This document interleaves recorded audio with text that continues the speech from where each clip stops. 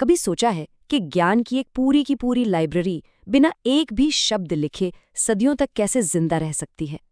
आज हम जैन कैनन के इसी गहरे रहस्य में उतर रहे हैं, जो सिर्फ कुछ ग्रंथ नहीं है, बल्कि एक पूरी सभ्यता के दर्शन और नैतिकता का जीता जागता सबूत है। और यही सवाल है जो हमारी आज की कहानी का, कह सकते हैं, दिल है। आज की डिजिटल दुनिया में जहां हर जानकारी बस एक क्लिक दूर है, ये सोचना भी थोड़ा अजीब लगता है ना? लेकिन यही वो चुनौती थी जिसका सामना जैन परंपरा ने किया, और इसका जवाब मानव स्मृति और समर्पण की एक अविश्वसनीय गाथा है। तो चलिए इस सफर पर निकलते हैं।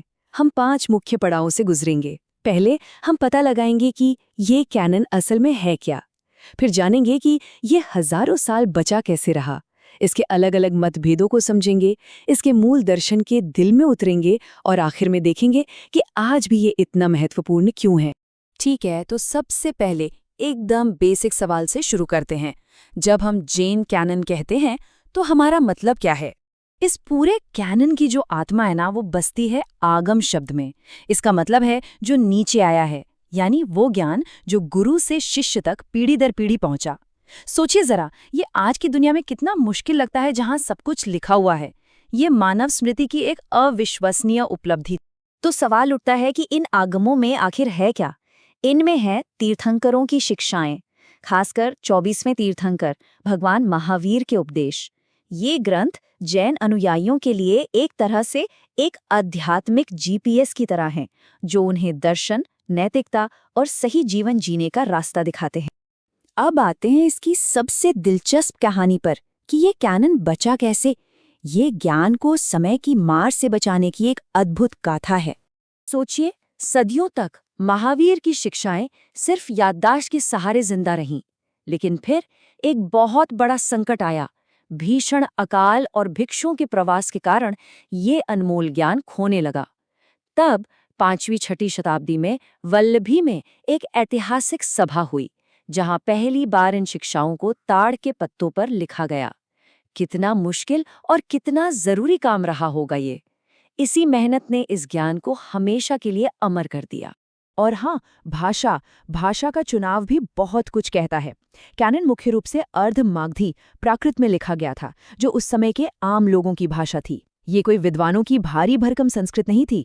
इससे पता चलता है कि ये शिक्षाएं कुछ चुनिंदा लोगों के लिए नहीं, बल्कि हर किसी के लिए थी। अब हम एक बहुत ही जरूरी मोड़ पर आते हैं, जैन धर्म के भीतर का वो विभाजन जिसका कैनन पर गहरा असर पड़ा, क्योंकि सभी जैन एक ही ग्रंथ संग्रह को पूरी तरह से नहीं मानते। यहाँ पर 2 मुख्य नजरिए हैं।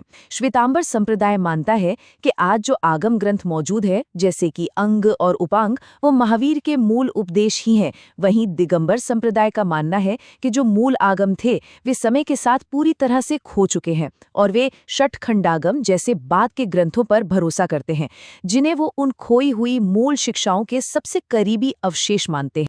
लेकिन इस बंटवारे के बीच बिना एक बहुत मजबूत धागा है जो दोनों को जोड़ता है। आचार्य उमास्वाति का लिखा तत्वार्थ सूत्र एकमात्र ऐसा ग्रंथ है जिसे श्वेतांबर और दिगंबर दोनों ही पूरे सम्मान के साथ मानते हैं।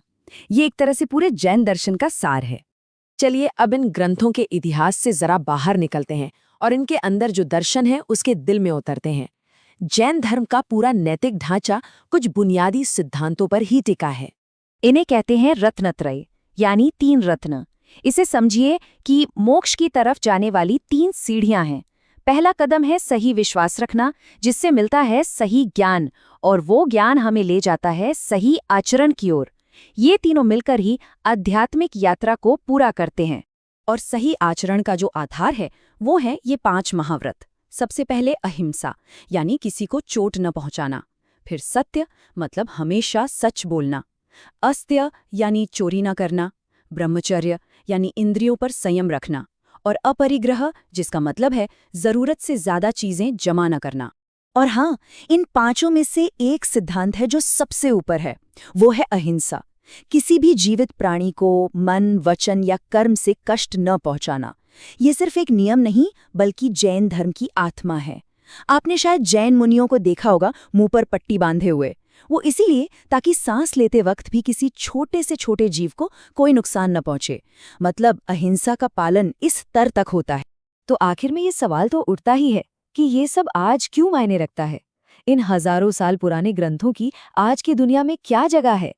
इसे समझने का एक अच्छा तरीका है बौद्ध कैनन से इसकी तुलना करना। दोनों ही धर्म आम लोगों की भाषा में उपदेश देते हैं और किसी सृष्टिकर्ता ईश्वर को नहीं मानते। लेकिन जैन कैनन अहिंसा पर अपने परम जोर और कर्म के सिद्धांत के लिए एकदम अलग है। जैन कर्म सिद्धांत अविश्वसनीय रूप से विस्तृत है, जो कर्म को एक सूक्ष्म पदार्थ के रूप में देखता है जो आत्मा से चिपक जाता है, जबकि बौद्ध धर्म में ये एक ज्यादा मनोवैज्ञानिक प्रक्रिया है। धार्मिक महत्व के अलावा ये कैनन इतिहासकारों के लिए किसी खजाने से कम नहीं है। ये हमें प्राचीन भारत के समाज, संस्कृति और विचारों में झांकने का एक अनोखा मौका देता है और नैतिक अनुशासन पर आधारित एक बहुत मजबूत परंपरा को दिखाता है। तो कुल मिलाकर बात यह है, जैन कैनन यानी आगम सिर्फ किताबें नहीं हैं। ये महावीर की शिक्षाओं का एक जीवंत प्रवाह है, जिसने सदियों से जैन जीवन के हर पहलू, दर्शन से लेकर रोज के आचरण तक को दिशा दी है। और यहीं पर हम एक आखिरी सवाल के साथ इस चर्चा को खत्म करते हैं। आज की दुनिया जो अक्सर भाग दौड़, तनाव और चीजें जमा करने की होड़ से भरी है, उसे अपरिग्रह यानी जरूरत से ज्यादा जमा न करने और परम अहिंसा का ये प्राचीन दर्शन क्या सिखा सकता है? ये एक ऐसा सवाल है जिस पर सोचना शायद हम सबके लिए बहुत जरूरी है।